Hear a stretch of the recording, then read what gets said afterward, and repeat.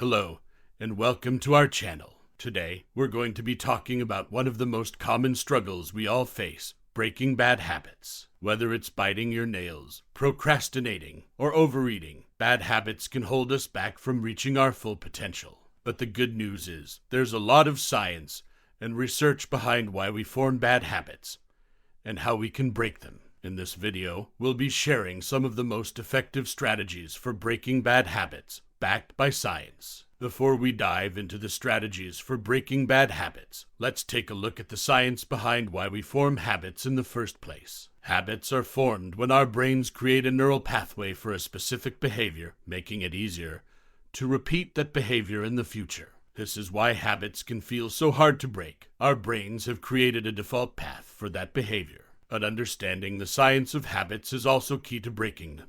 Once we understand how habits are formed, we can start to take steps to change that neural pathway. One of the most important steps in breaking bad habits is identifying the triggers that lead to that habit. Triggers can be anything from a specific time of day to a specific location to a certain emotion. By identifying these triggers, we can start to take steps to avoid or manage them. For example, if you find that you always reach for a sugary snack when you're feeling stressed, try identifying other ways to cope with stress, such as going for a walk or doing some yoga. Once you've identified your triggers, the next step is to create a plan for breaking the habit. This plan should include specific steps you will take to avoid your triggers and replace the bad habit with a new, positive behavior. For example, if you want to break the habit of procrastinating, your plan could include setting specific goals and deadlines, breaking down larger tasks into smaller, manageable chunks, and creating a schedule for when you will work on those tasks. Another key strategy for breaking bad habits is practicing mindfulness. Mindfulness is the practice of being present and aware in the moment,